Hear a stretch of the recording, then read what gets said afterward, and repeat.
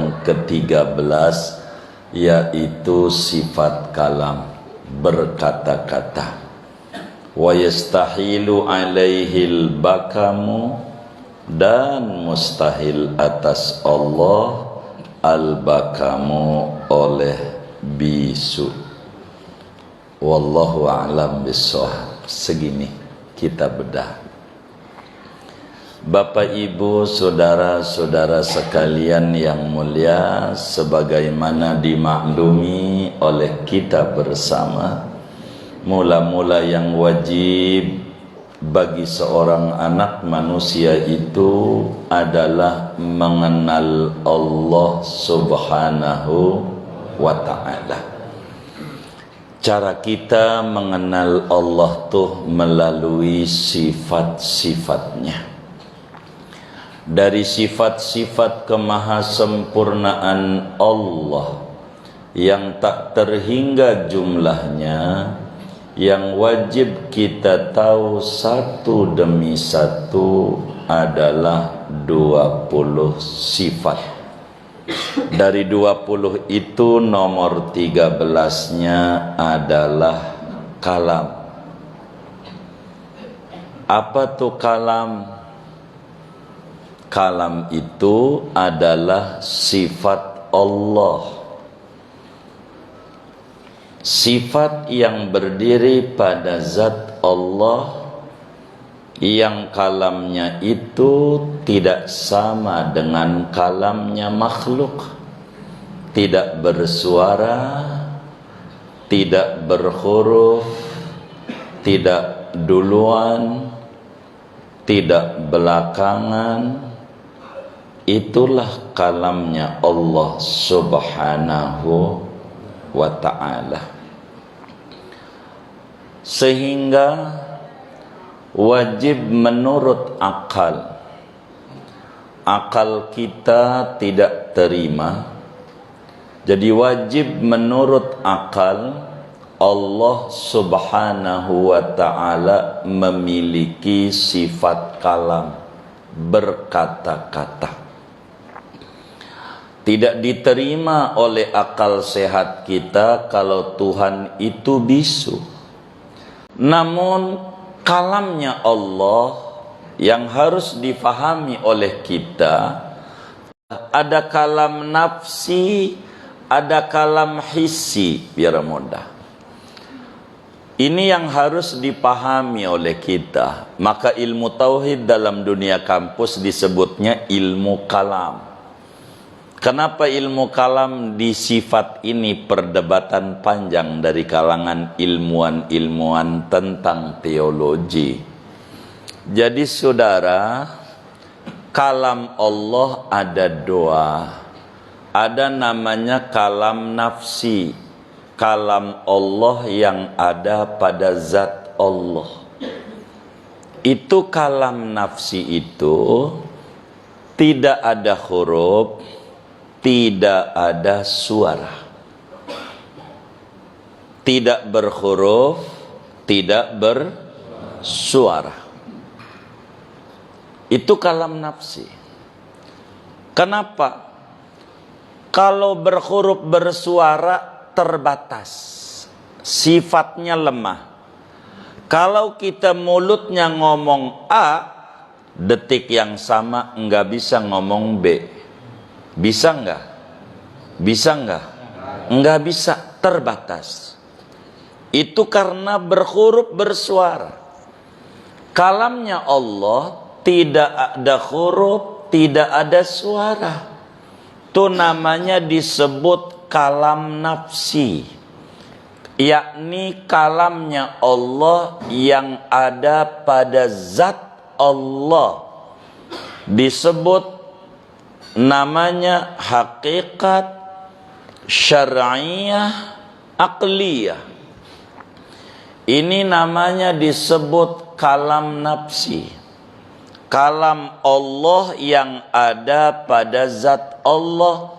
Itu tidak sama dengan kalamnya kita makhluk. Kalau kita berhuruf bersuara, Allah tuh kalamnya tidak berhuruf, tidak bersuara, namanya kalam nafsi, kalam yang ada pada zat Allah. Timbul pertanyaan, bagaimana cara mengertinya malaikat Jibril alaihi salam pada kalam nafsi yang tidak ada huruf, tidak ada suara? Agar mudah mencerna bagian ini, kita punya hati, itu nyuruh tua sama kaki. Kita lewat di gang kampung dukuh, di depan kita ada orang yang kita gendek banget sama dia. Ada belokan, kira-kira kaki kita belok nggak? Belok nggak? Belok. Belok tuh ada yang nyuruh atau tidak? Hah? Ada yang nyuruh atau tidak? Hah? Ada yang nyuruh atau enggak? Ada. Siapa? Hati. Tuh nyuruhnya ada hurufnya enggak? Ada suaranya enggak? Enggak ada huruf, enggak ada suara. Tuh kaki ngerti. Enggak ada huruf, enggak ada suara nyuruhnya. Tuh kata hati, kampung sebelah ada dangdutan. Tuh kaki jalan aja dia. Begitu. Itu disuruh oleh, enggak ada huruf, enggak ada suara. Bila begitu, bukan maknanya Tuhan itu kata-kata hati, bukan. Untuk memudahkan mencerna bahwa hati yang enggak ada huruf, enggak ada suara, nyuruh kaki kita, enggak ada huruf, enggak ada suara, ngerti tuh kaki. Bagaimana tidak tuh Jibril ngerti sama pesan-pesan Tuhan ketika dipesan kepada Jibril alaihi salam. Yang kedua, namanya kalam lafzi. Apa itu kalam lafzi? Firman Allah yang berbentuk kata-kata. Itu namanya kalam lafzi. Ada kata-katanya, ada hurufnya. Itulah diantaranya Al-Quran. Al-Quran itu disebut kalamullah, kalam ilahi, firman Allah. Tapi yang dimaksud kalam lafzi, bukan kalam nafsi. Begitu. Kalamnya Allah yang ada kata-katanya. Itu Quran, itu Taurat, itu Injil, itu Zabur, itu sohuf-sohuf yang Allah turunkan. Itu kalam Allah, namanya kalam lafzi. Kalam Allah yang ada lafadznya. Yang ada lafadznya. Itu Al-Quran disebut juga kalamullah, kalam Allah. Tapi pahami, bukan yang kita lagi bedah ini. Kita ngomongin tentang sifat Tuhan, yaitu kalam nafsi.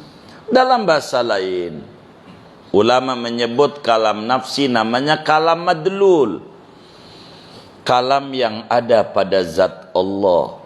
Kalam lafzi Al-Quran namanya kalam dal, kalam yang menunjukkan pada apa yang ada pada zat Allah. Bagaimana prosesnya ini? Allah nyuruh kepada lauhul qalam untuk menulis di lauhil mahfud. Maka ditulis itu kalam. Lalu kemudian disalin. Dibawalah oleh malaikat Jibril, disampaikan kepada Sayyiduna Muhammad sallallahu alaihi wasallam. Itulah Quran. Maka Quran namanya disebut kalam Allah, tapi kalam lafzi, kalam Allah yang ada kata-katanya, yang ada hurufnya.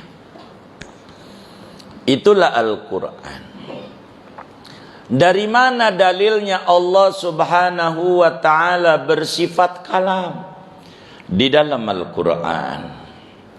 Pada surat An-Nisa ayat 164. Allah subhanahu wa ta'ala menjelaskan. Wa kallamallahu Musa taklima.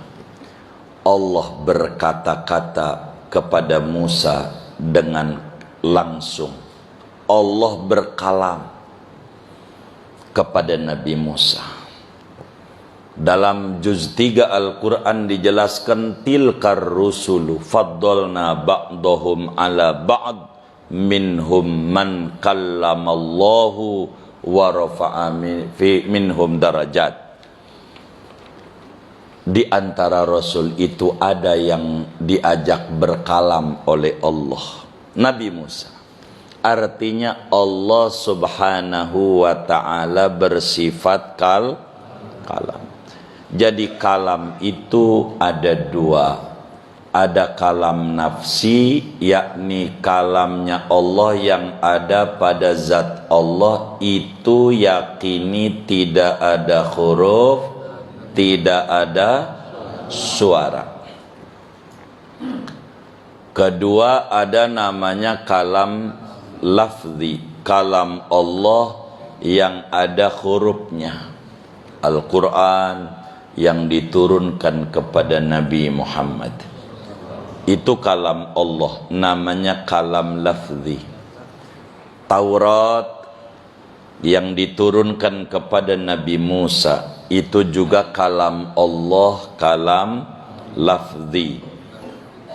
Zabur yang diturunkan kepada Nabi Dawud, itu juga kalam Allah, namanya kalam lafzi. Injil yang diturunkan kepada Nabi Isa alaihi salam, itu juga kalam Allah, namanya kalam lafzi. Ada kata-katanya. Kalam lafzi akan mengikuti bahasa di mana turunnya. Bila Taurat, maka bahasanya menggunakan bahasa Ibrani. Orang sono nyebutnya Hebrew, bahasa Ibrani. Begitu. Kenapa? Karena memang turunnya di sana dengan bahasa Ibrani. Zabur turunnya di Mesir, Egypt, maka menggunakan bahasa Kibti. Egypt Al-Kibt begitu. Kibti, bahasa Mesir. Zabur. Injil bahasanya adalah Suryani karena turun di dekat Antioquia, bahasanya Suryani. Quran turun di Arab, maka tentu bahasanya bahasa Arab, bilisani qaumi. Ini bahasa dari seluruh kitab suci yang diturunkan oleh Allah. Semuanya dirangkum, diperes, isinya ada di dalam Al-Quran. Jadi kalau kita baca Quran sama dengan membaca 104 kitab suci. Karena Nabi Syekh 60 suhuf, Nabi Adam 10 suhuf, Nabi Ibrahim 10, Nabi Musa 10. Turun ini bentuknya lembaran, baru yang berbentuknya buku, Taurat, Zabur. Tapi Zabur tidak ada hukum, isinya nasihat-nasihat wisdom, kata-kata bijak. Sehingga umatnya Nabi Dawud hukumnya menggunakan Taurat. Baru ada Injil, baru terhapus hukum Taurat. Maka disebut oleh orang-orang mereka namanya perjanjian lama. Begitu. Baru di Injil yang dipakai. Injil ketika dirombak oleh tangan-tangan kotor, dicabut oleh Allah, yang beredar tidak ada, melainkan salinan yang ditulis dengan berbagai macam orang ingat, yang ditetepin oleh orang Nasrani cuma 4. Matius, Lukas, Yohanes, Markus. Begitu. Al-Quran ini merangkum seluruh kitab suci zaman dahulu. Semua hukum kitab suci zaman dahulu teramandemen dengan Al-Quran. Maka semuanya balik pada Al-Quran. Jadi Al-Quran adalah rangkuman sempurna daripada yang sempurna semuanya. Karena kitab-kitab zaman dahulu sesuai dengan zamannya. Contoh Taurat. Taurat kalam Allah tapi berbicara pernikahan. Maka dalam Taurat hukumnya orang boleh menikah dan tanpa batas. Dalam Taurat. Jadi dalam Taurat itu orang boleh nikah, enggak ada batasnya. Paling miskinnya umatnya Nabi Musa tuh kalau punya bini 300. Kalau punya bini 300, miskin masih miskin. Nabi Sulaiman alaihissalam ditulis masih di Injil-Injil, tanya aja orang Nasrani. Pada kitab Imamat tulis tuh di Injil, berapa istrinya Solomon? Di sana tulisnya Solomon. Sulaiman alaihissalam. Nabi Sulaiman tuh bininya 1000. Berapa? 1000. Ente jangan ngobrol sama temannya, gilirnya bagaimana urusan Nabi Sulaiman. Ngapain ente puyang-puyang ini? Nabi Sulaiman gak muyangin sampean. Itu urusannya. Begitu. Kenapa seperti itu? Begitu. Kita harus pahami, itulah syariat. Jadi zaman Nabi Musa itu laki-laki dikit. Sebab yang namanya Fir'aun punya perilaku, setiap perempuan ngelahirin bayi laki-laki bunuh, tusuk dari perutnya pakai tombak. Yudzabbihuna abna'ahum wa yastahyuna nisa'ahum.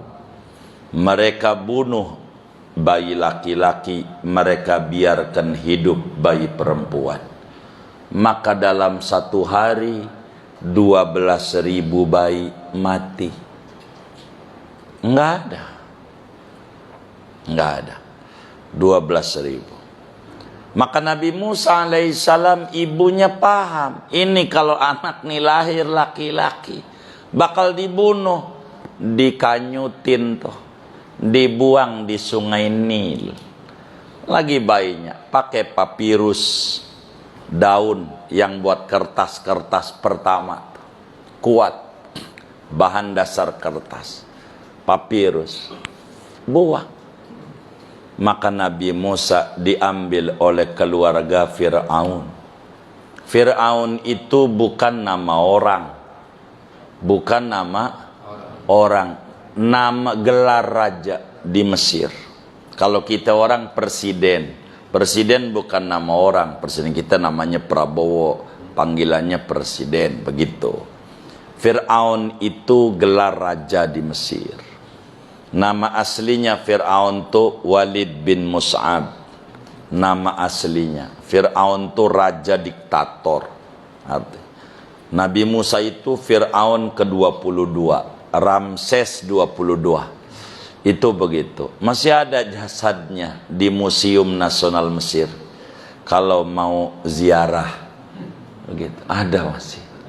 Begitu. Di Mesir. Begitu. Lantai berapa saya nggak hafal itu lantainya. Tapi bukan lantai dasar. Fir'aun. Hidup di rumah Fir'aun. Maka Nabi Musa dibesarkan oleh Fir'aun. Tapi Nabi Musa walaupun dibesarkan oleh Fir'aun, tidak pernah tuh Nabi Musa seumur hidup dia bilang, hidup Fir'aun, hidup Fir'aun, hidup Fir'aun. Enggak pernah. Walaupun Nabi Musa dibesarkan oleh Fir'aun. Ente jangan catat. Saya lagi cerita Nabi Musa. Enggak kemana-mana.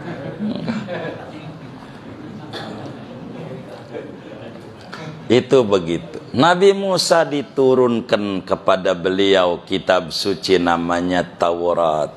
Maka Nabi Musa hidup laki-laki dikit. Kalau orang lakinya bininya atu, perempuan banyak. Maka syariat yang sesuai saat itu menikah tanpa batas. Tuh begitu namanya syariat. zaman itu. Sebagaimana zaman Nabi Adam alaihissalam, syariat Nabi Adam boleh saudara kawin sama saudara, boleh kakak kawin sama adik, boleh. Yang nggak boleh sama kembaran. Kita sama kembaran kita haram, tapi kita sama kakak kita sama adik kita boleh. Zaman Nabi Adam itu syariatnya.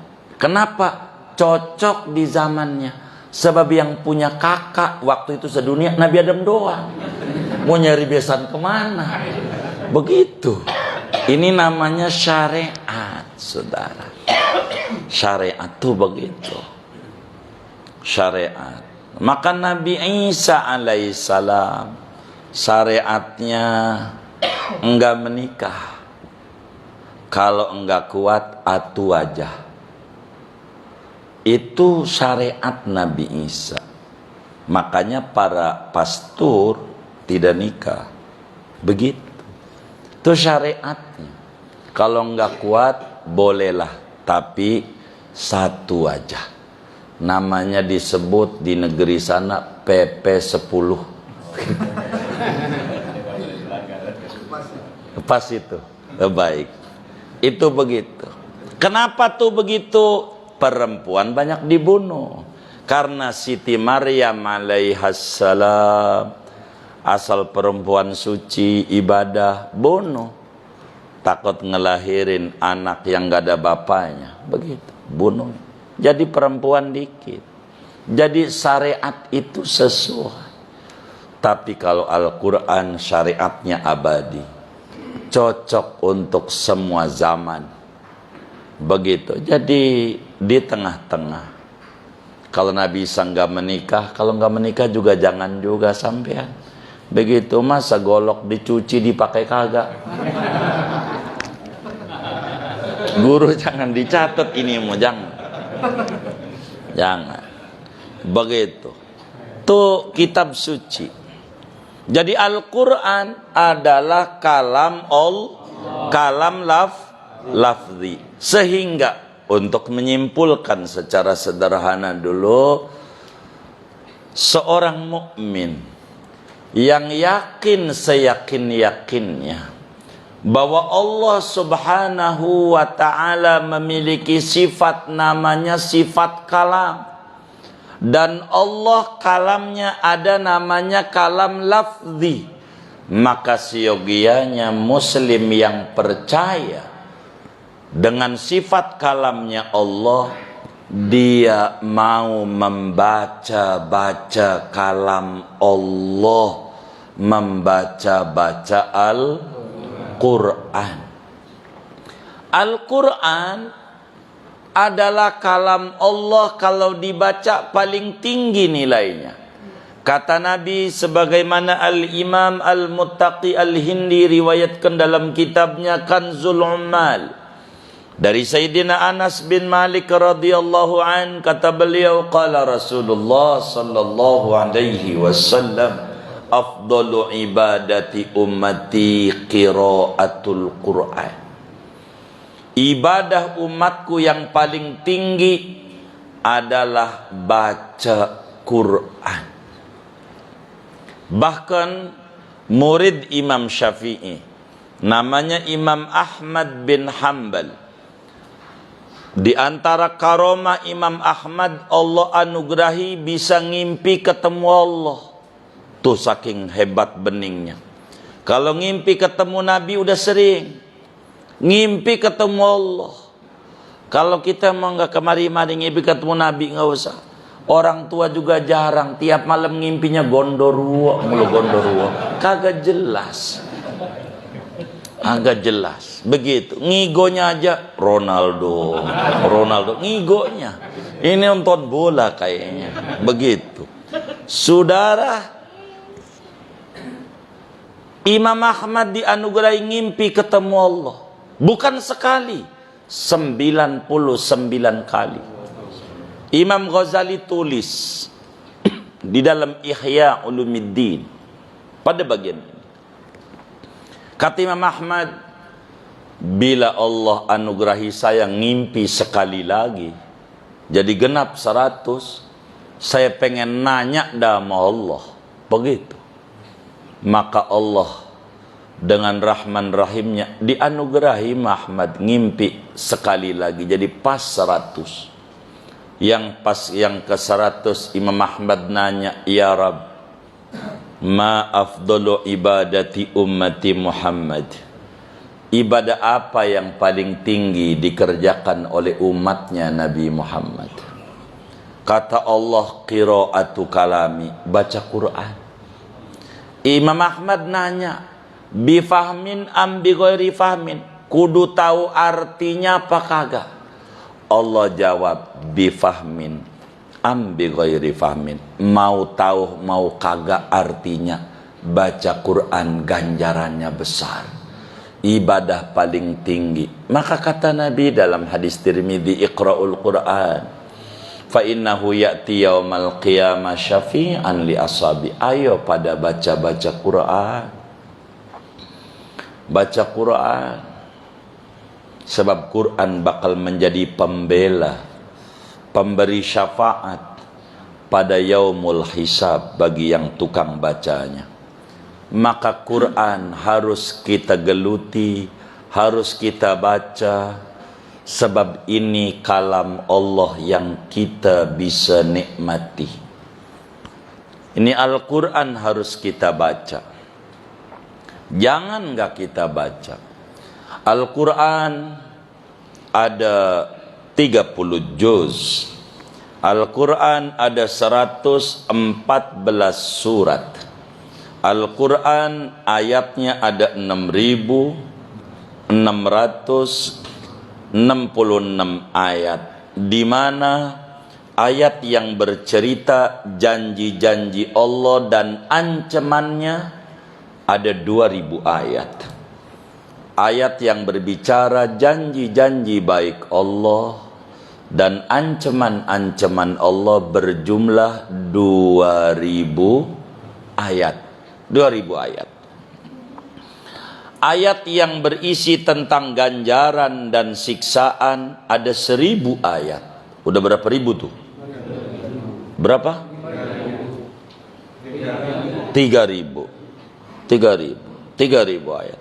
Ayat yang isinya tentang perintah dan larangan 1.000 ayat. Berapa tuh? 4.000 ayat yang isinya tentang riwayat-riwayat, sejarah-sejarah, 1.000 ayat. Berapa tuh? 5.000. Ayat yang isinya tentang tamsil, ibarat, tauhid, 1.000 ayat. 6.000. Ayat yang isinya halal haram 500 ayat. 6.500. Ayat yang isinya tentang nasikh mansukh, amandemen, 100 ayat. Berapa tuh? 6.600. Ayat yang isinya Robbana, Robbana, Robbana, doa, 66 ayat. Berapa? Emang juga 6.666. Itu Quran. Ilmu dalam Al-Quran ditemukan oleh ulama ada 400 miliar 980.000 ilmu. Itu dalam Al-Quran. Ilmu apa aja ada dalam Al-Quran.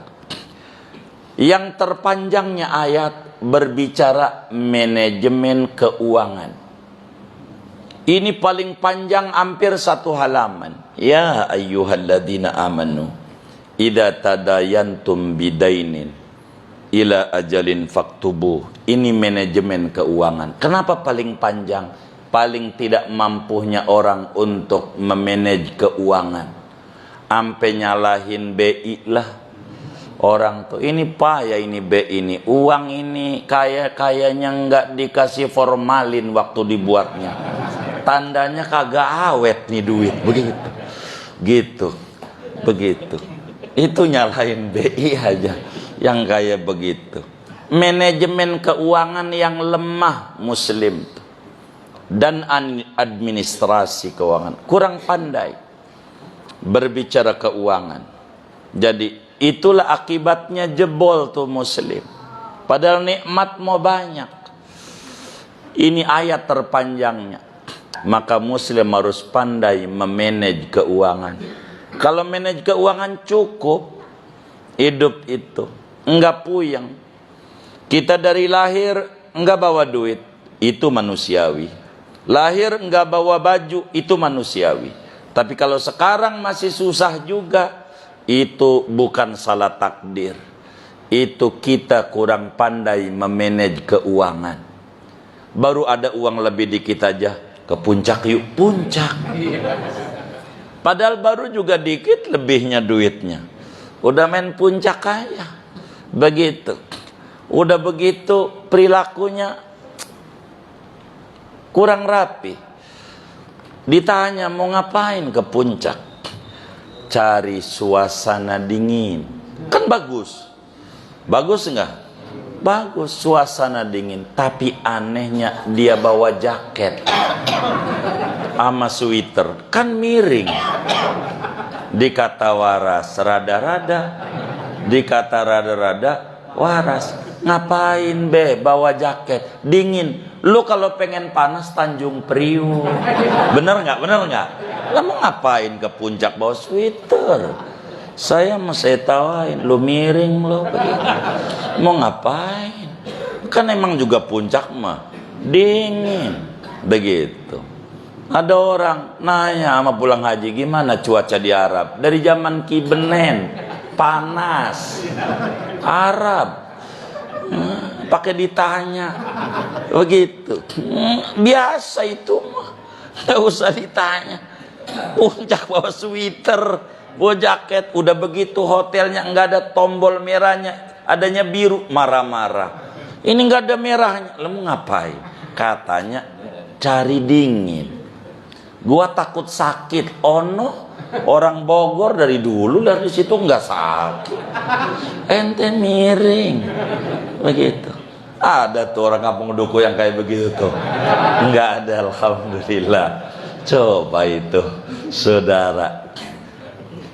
Itu manajemen keuangan. Ayat tentang otomotif ada. Bagaimana Allah berfirman dalam surat Al-Ghasyiyah, afala yanzuruna ilal ibili kaifa khuliqat. Coba dong mereka manusia mikir tentang unta.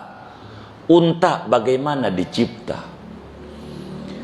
Orang kagak pikirin, kita demennya kunut apa kagak nih subuh, ribut mulu. Kita demennya kudu jenggotan apa kagak. Kita demennya khuruj apa enggak khuruj. Kita demennya maulid apa kagak maulid. Kita demennya ini lebaran anak yatim bidah apa kagak bidah. Demennya itu. Yang mikirin unta nih disuruh pikirin kagak dipikirin. Bagaimana nih unta? Akhirnya yang mikirin orang-orang barat, yang mikirin non muslim. Unta itu binatang yang sekali dikasih minum 3 hari nggak minum kuat. Itu unta. Ada bonjolannya, sinam.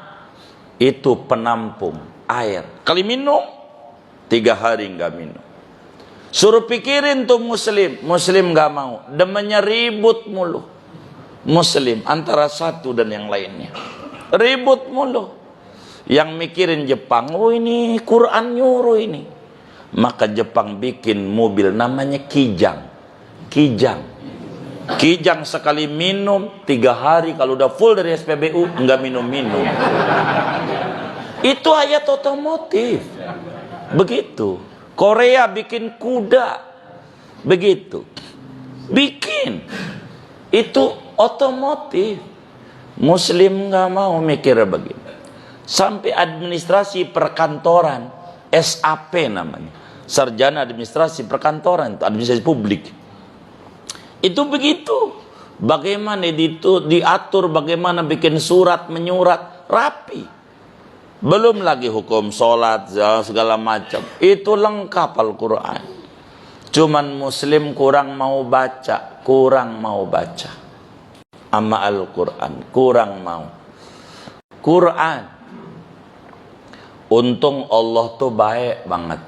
Sifatnya Rahman. Dan Nabi juga Raufur Rahim. Bil mu'minina Raufur Rahim. Saudara, kalaulah ada karyawan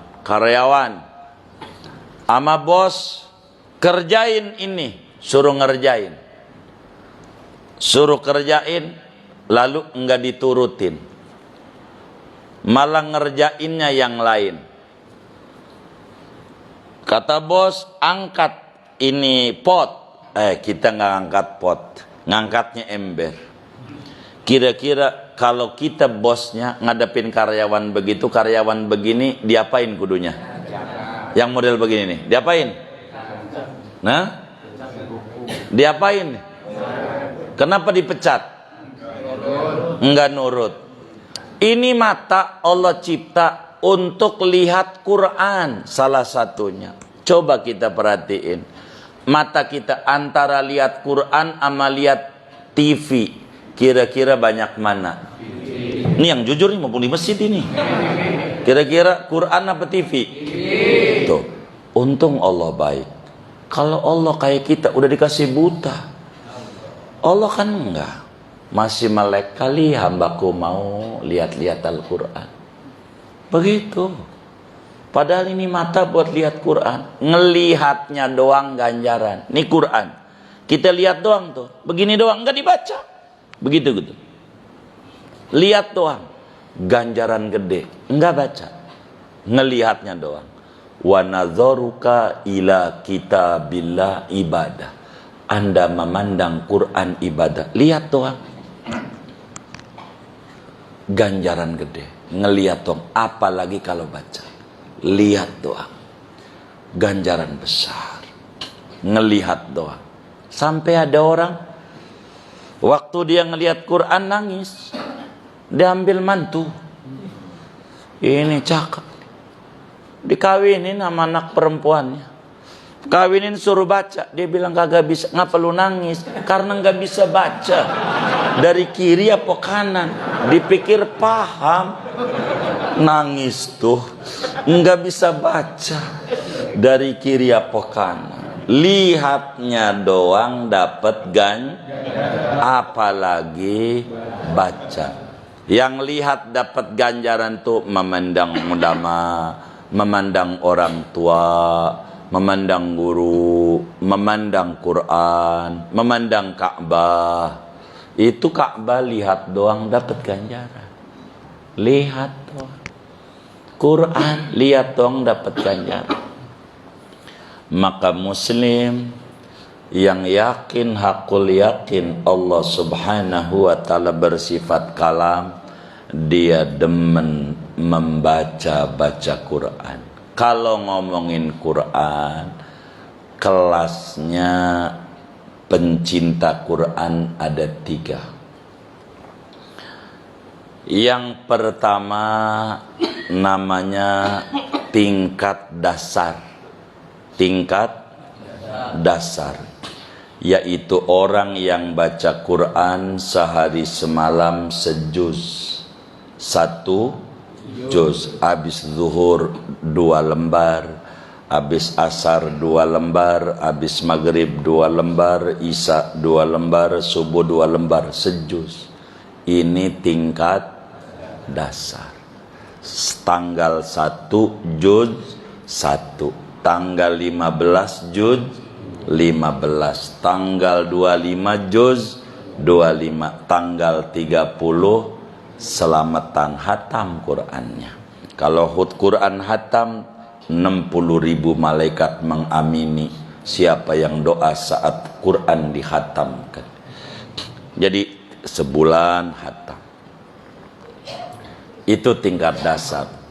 Kedua, tingkat menengah. Kalau sekolah namanya SMP. Itu yang seminggu hatam. Kalau yang seminggu hatam itu namanya SMP, saudara. Kalau seminggu hatam, maka dia mulai dari malam Jumat. Malam Jumat sampai besok Jumat, sampai asar Jumat menjelang maghrib, selesai sebacaan dari mulai Al-Fatihah, Alif Lam Mim, Al-Baqarah sampai akhir surat Al-Maidah.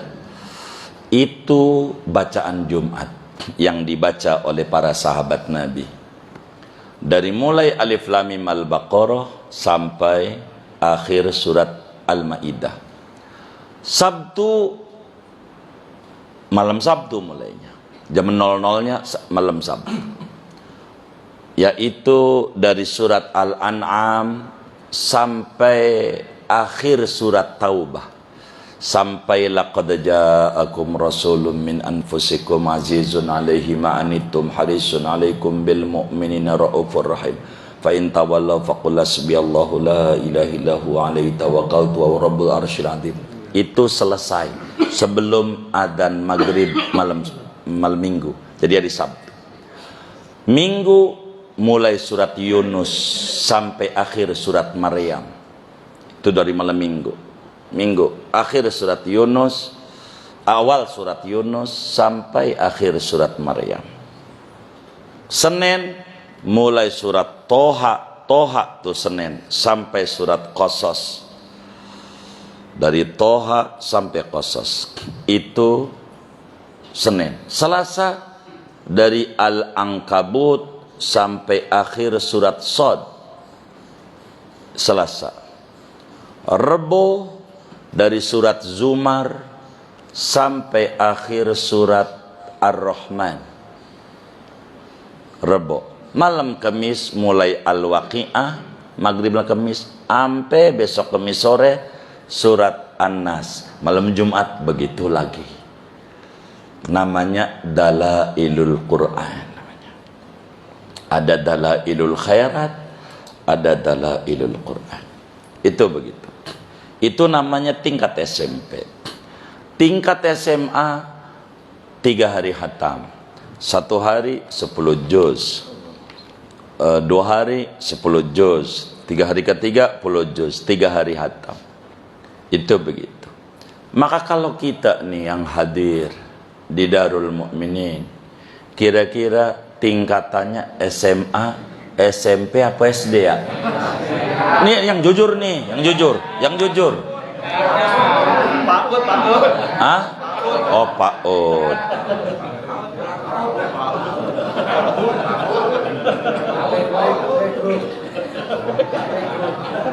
Pak Ud.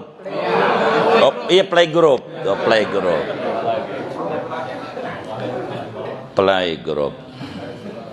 Begitu. 3 doang. Ini namanya pencinta Al-Quran. Di bawah ini namanya simpatisan. Belum anggota. Begitu. Tapi nggak apa-apa. Paling tidak saban hari baca Quran. Kalau bisa seain sehari, alhamdulillah. Kalau nggak bisa sehari seain, sehari seayat. Sehari seayat aja. Sehari 1 ayat. Mulai dia hari Minggu, mulai a'udzubillahi minasyaitonirrajim, bismillahirrahmanirrahim, alif lam mim, shadaqallahul adzim. Seayat. Kalau kayak begini saya yakin tamatnya 6.666 hari baru tamat. Orang seayat. Begitu lama. Begitu. Maka minimal seain, sehalaman dah. Saban hari baca sehalaman. Saban hari baca sehalaman. Saban hari sehalaman. Ini kalamnya Allah. Dzalikal kitab la raiba fi.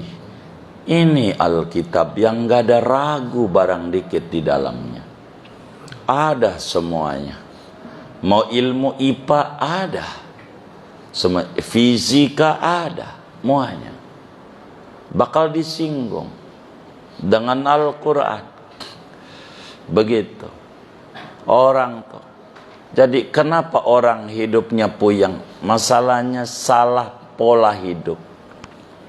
Dalam ilmu fisika itu dijelaskan benda itu bebannya tergantung gaya pada satu benda. Makin tinggi gaya pada satu benda, makin berat beban. Begitu di dalam fisika kehidupan. Makin tinggi gaya hidupnya, makin berat beban hidupnya. Nggak usah banyak gaya, biasa aja. Begitu, ketinggian gaya, pengen dilihat orang, nggak usah. Begitu, biasa aja. Begitu, jadi hidup apa adanya, bukan ada apanya. Jadi biar nggak puyeng-puyeng, jadi hidup enak, mengikuti alur Al-Quran. Hidup itu nikmat kalau kita mengikuti Qur'ani. Karena ini Quran adalah kalam Allah yang kita bisa nikmati. Maka kita kudu balik, mulailah ngebet Al-Quran. Tanya sama diri kita, sudah berapa lama Quran enggak dikebet-kebet sama kita? Dijawab dalam hati saja. Ini jangan-jangan bukan kita enggak cinta Quran, bukan. Jangan-jangan Qurannya ogah dibaca sama kita. Ibarat perempuan lagi men. Perempuan yang men enggak boleh baca Quran. Haram. Lagi men. Kapan dia boleh baca? Kalau dia sudah suci, udah mandi. Jangan-jangan kita ini di mata Allah men, berhadas besar, sehingga Allah larang lidah kita untuk baca-baca Al-Quran.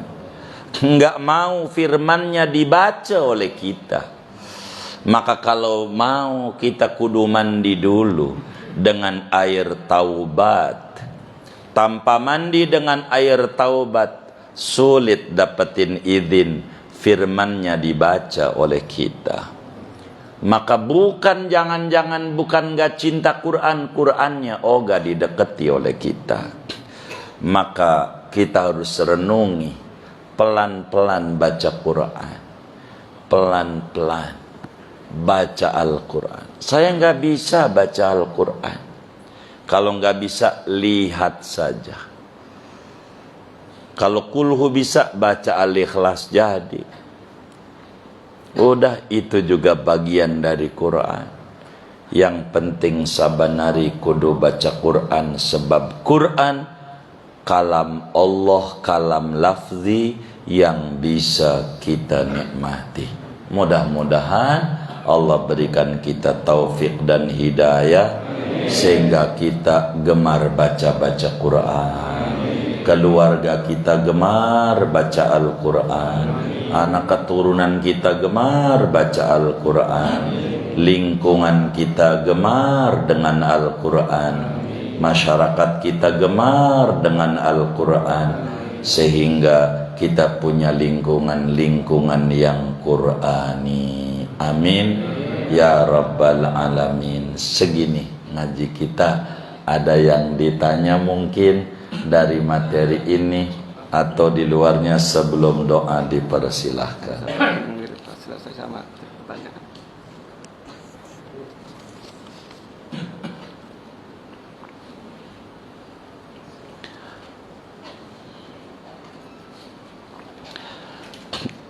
Ada seorang yang meninggal dunia. Di dalam tubuhnya ada benda seperti pen atau alat yang lainnya. Apakah harus dibuang atau tidak? Kedua, manfaat air ratib dan jamaah umum boleh minumnya tidak? Baik. Kalau orang meninggal dunia, di tubuhnya ada benda lain, ada pen, kalau memang bisa diambil tanpa menyakiti, maka benda itu diambil. Dia pakai jam, Rolex dia, ambil aja, jangan dibawa kuburan. Begitu. Dia pakai kacamata mahal, ambil aja. Gitu. Gigi kalau enggak permanen.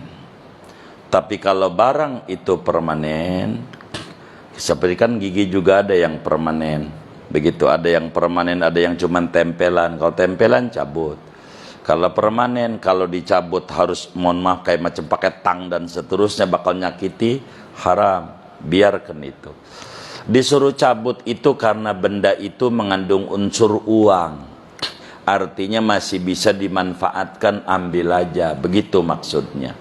Tapi kalau seperti pen, seperti kayak orang-orang kaya di zaman akhir, begitu. Jadi di zaman akhir nih ada orang kaya, ada orang dewasa. Kalau ciri dewasa 3, itu ciri orang dewasa. Nih nggak tahu yang ngaji apa dewasa atau tidak. Ciri orang dewasa itu adalah kalau nyender ngantuk. Itu namanya dewasa. Kerja dikit capek. Itu namanya dewasa. Kalau duduk suka semutan. Itu namanya dewasa. Ada orang kaya. Orang kaya rambutnya mengandung perak. Rambutnya mengandung perak. Rambutnya udah putih semua. Begitu. Tulangnya mengandung kapur. Namanya pengapuran. Ini kaya namanya. Kaya. Jadi jantungnya dikasih cincin, bukan di tangan. Itu namanya orang kaya. Iya. Begitu. Darahnya mengandung gula. Itu orang kaya. Kaya. Begitu. Ini ciri orang kaya. Begitu. Bagaimana kalau dikasih ring jantungnya? Begitu. Ya nggak usah dicabut. Nggak usah. Kalau dicabut harus dibelek, nyakiti. Nggak usah. Tapi kalau yang nempel yang mudah untuk dicabut, maka dicabut. Kalau gigi pun kalau yang nempel keras ada namanya disebut, saya nggak paham istilah kedokteran gigi, permanen namanya. Begitu tuh ya, bapak kita tahu tuh. Itu enggak usah. Walaupun mahal, bisa 25 juta, 30 juta satu giginya tuh yang permanen. Begitu. Itu enggak usah. Begitu. Karena bakal nyakiti mayit. Kalau yang pakai kawat-kawat doang, itu dicabut boleh. Begitu yang kayak begitu. Yang di badan orang itu kalau udah wafat seperti itu aturannya. Begitu aturannya. Enggak boleh. Kemudian air ratib. Ini air ratib. Air ini saudara, kalau ngomongin air ratib, air ini, jadi air ini air obat. Jadi orang-orang yang bermasalah pada asam lambung dan seterusnya, bagus minum air ini. Apa manfaatnya? Yang paling nyata yang saya dengar nih dari guru kita, hasil ujinya Yaya Nafi ini, kalau antum seret, hilang seretnya.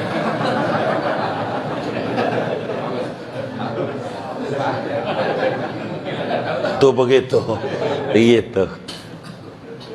Jadi air ini air obat. Air obat.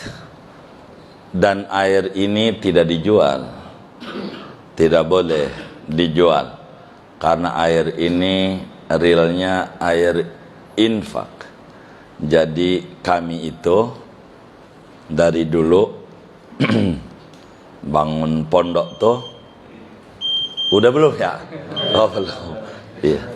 Jadi dari dulu sampai sekarang ndak ada yang namanya mohon maaf proposal. Saya tidak pernah ngedarin proposal. Jadi kalau ada di rumah sampean ada proposal, itu palsu. Laporin aja sama saya.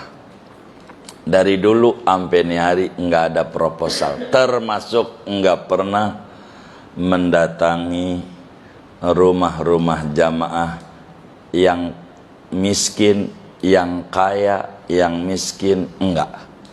Sampai detik ini Insya Allah. Begitu. Kita nggak usah yang lain, yang hadir aja. Orang Darul Mukminin, ada nggak yang rumahnya saya datengin, lalu saya bilang, bang, saya ini bantu semen sesak ya, saya ini bantu besi sebatang. Ada nggak yang saya datengin? Ada nggak ini? Di mana tempat, insya Allah tidak ada.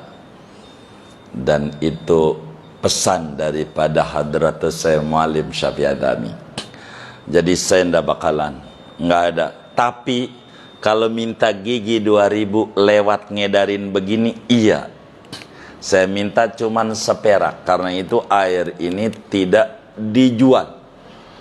Air ini tidak dijual, tapi air ini air infak. Di pondok, bila antum pada membantu pondok, kalau nggak salah anak-anak kami itu berbagi per paket. Bila satu paketnya itu kalau tidak khilaf 110.000, 4 dus 96 botol. Bila membantu pembangunan pondok tahfidz Quran itu 110.000 gitu, maka dapat kenang-kenangan air ini, hadiahnya 4 dus. Itu begitu air ini.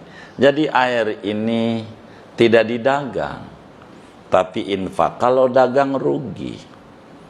Rugi. Kenapa rugi? Ya cuman buat minum, buat apa. Tapi kalau saudara bantu pesantren, dipakai buat tahfidz Quran, dipakai buat ibadah, pakai buat ngaji, maka ganjarannya enggak berhenti. Jadi manfaatnya dunia akhirat. Ini air, maka air ini air infak. Jangan beli kalau pesan kami, tapi adalah infak bantu pesantren. Tentu bakal paham berapa perak doang, ya enggak apa-apa, karena memang ini cara kami. Kami membantu, kami kasih hadiah, begitu. Ini diantaranya air ratib. Manfaatnya sangat banyak. Mohon maaf bisa diuji. Yang tulisannya bukan ini nih, ini yang agak lama ininya nih, apa nih, label. Begitu. Jadi air ini pomnya rapi, lehal. Pom rapi. MUI Rapi, ada tulisan expired dan seterusnya, jadi lehal airnya, begitu. Sehingga air ini air obat. Jadi kalau bapak dan ibu mau bantu pembangunan pesantren tahfidz Quran yang di Kebon Kopi, caranya ambil air aja, ambil air manfaat. Airnya sumbangin ke Darul Mukminin, begitu, buat minum orang, ganjaran lagi, begitu. Itu urusan bapak dan ibu. Ini air. Jadi kami itu dari dulu kayak begitu. Ada kalanya kain sarung, begitu. Ada kalanya kerudung ibu-ibu. Hadiahnya itu kayak begitu. Tapi kalau disebut proposal, iya ini proposalnya, kira-kira begitu. Saya tidak pakai proposal. Karena dari dulu gedung yang udah dipakai buat putra itu juga nggak ada proposal. Kalau nggak salah hampir sama ini biayanya. Yang ini juga sama, RAB-nya dari kawan-kawan kita adalah 14 ember biayanya itu. 14 apa? Iya, ember, begitu biayanya. Yang pertama juga sama. Begitu, tapi semuanya dari 1.000 perak jamaah. Tidak ada kami ini. Jadi karena kami pengen yang masuk surga bukan orang kaya-kaya saja. Sebab kalau bangun masjid yang kubah emas, ya itu orang kaya. Kita kubah perak aja nggak kuat. Karena yang mengadung perak baru rambut kita, ya kan. Gitu, baru udah tuh mengadung perak, udah mulai putih, ya kan. Begitu. Jadi sehingga seperak 2 perak ada manfaatnya. Ada manfaatnya. Ini air. Kurang lebih air tuh begitu. Jadi silahkan kalau kemudian mau ngambil air ratib, ini ada pengurusnya, silahkan saja ke pengurusnya. Biasanya anak-anak kita yang ngurusin bagian air. Begitu. Ini air, ini air obat. Dan wajib bagi yang ngedarin air tuh ngasih doa-doanya. Karena teruji kawan-kawan kita di blok A di mana itu banyak yang laporan ke kita, syukur sama Allah disuruh operasi ginjal, Allah kasih sembuh, yang mau stroke Allah kasih sembuh, banyak manfaatnya air ratib ini. Jadi silahkan saja begitu. Dan air ini kalau saudara mengerti air, silahkan diadu. Diadu tuh diuji, jemur aja di matahari dari sekian banyak air mineral. Enggak usah diangkat sampai sebulan. Lihat aja mana yang berubah, mana yang tidak berubah. Boleh diuji. Boleh. Boleh diuji. Ini air. Jadi air ini air obat. Silahkan saudara kalau berbicara air ini sama pengurus. Begitu biasanya ada perwakilan pengurus masjid yang bagian ngurusin air untuk ngebantu jamaah. Begitu. Ada semuanya, ada aturannya, kurang lebih demikian. Jadi intinya air ini air obat, tapi air ini tidak diperjualbelikan, hanya infak saja. Jadi infak membantu pesantren, begitu dapat kenang-kenangan air. Kurang lebih kalau ngomongin air, apakah bisa buat umum? Bisa saja, bisa buat umum, bisa buat umum. Air ini hampir rata kawan-kawan Madrid. Kalau ke daerah-daerah ya karena ada kasus sajalah. Seperti ya sih nyampe mana aja ini, hampir berbagai pulau di Indonesia, tapi tidak dalam rangka ke sana. Karena ada mobil lewat ke sana, dia minta dikasih begitu. Tapi karena kalau bawa ke sana bingung juga operasionalnya begitu. Karena sampai detik ini orang Jogja, dari Wonogiri, dan begitu banyak dari wilayah Jawa itu minta, tapi bagaimana bawanya? Bingung kita. Karena ya Allah, kalau pakai truk ya habis aja tuh air buat ongkos truknya. Dia bingung dia. Jadi kita masih belum bisa menjangkau ke semuanya. Ini terkait air ini. Jadi air obat bagus, ada doanya, itu minta aja Allahu syafi rabbuna syafi qasafi wajan syafi dan seterusnya. Doanya ada agar supaya dipulihkan dari penyakit yang ada. Kasihan saya, orang harus jantung ini kasihan. Jadi sehingga ini air obat. Air obat begitu, obat. Kalau kata Yaya Nafi, ngilangin seret. Begitu, gitu. Ini air, kurang lebih terkait air. Kemudian tahlil. Kalau tahlil kalau boleh dikumpulin dulu. Ini baru satu, nanti dikumpulin. Iya, kumpulin kasih kabar. Tar kita tahlilan. Kita doa lagi. Begitu. Kalau udah selesai 70.000 lapor. Biar kumpulin kita doa sekaligus semuanya. Begitu. Nanti kalau udah rapi-rapi, itu salah satu membersihkan kita punya hati dan membersihkan punya alam bawah sadar. Biar kita tidak banyakin mengeluh dalam hidup. Biar kita tidak banyak penyakit. Sebab dari mengeluh itu muncul banyak penyakit. Begitu. Udah nasibnya kali gua kayak begini. Enggak. Enggak ada cerita begitu, enggak ada. Kita diberikan akal oleh Allah. Maka kalimat-kalimat itu akan tersapu dengan zikir-zikir yang ada. Mulai ada ketenangan, enggak mondar-mandir ke rumah sakit agar supaya sehat. Karena 99,9% penyakit itu datangnya bukan dari makanan. 1% dari makanan, datangnya dari pikiran. Datangnya kalau saudara pikirannya banyak ngelamun sana sini, yang enggak mau tidur aja miring kiri, Si Anu tuh ya payah banget hidupnya. Padahal dulu waktu tinggal kampung Dukuh tuh gua tuh yang nyariin kontrakannya ya. Tapi kelakuannya sama gua kayak begitu najong banget, najong. Najong tuh apa ya? Tuh ada tuh. Miring lagi kanan. Kurang apa gua baiknya sama dia. Yang kita pikirin aja tuh, enggak mikirin kita. Malamnya dia tidur ngorok gitu. Lah kita nggak bisa tidur tuh namanya kita nggak bisa mengendalikan diri kita. Lepas begitu. Jadi hidup itu enak. Jadi penyakit itu ulah kita.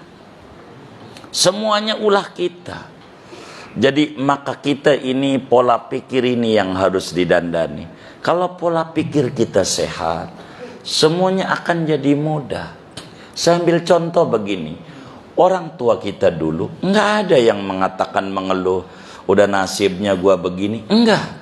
Karena mereka pola pikirnya sehat, demen baca la ilallah sampai 70.000 orang dulu. Sehingga anak banyak kayak biji tasbih 33 orang dulu. Anaknya banyak. Cuman makanan atu, duren doang atu.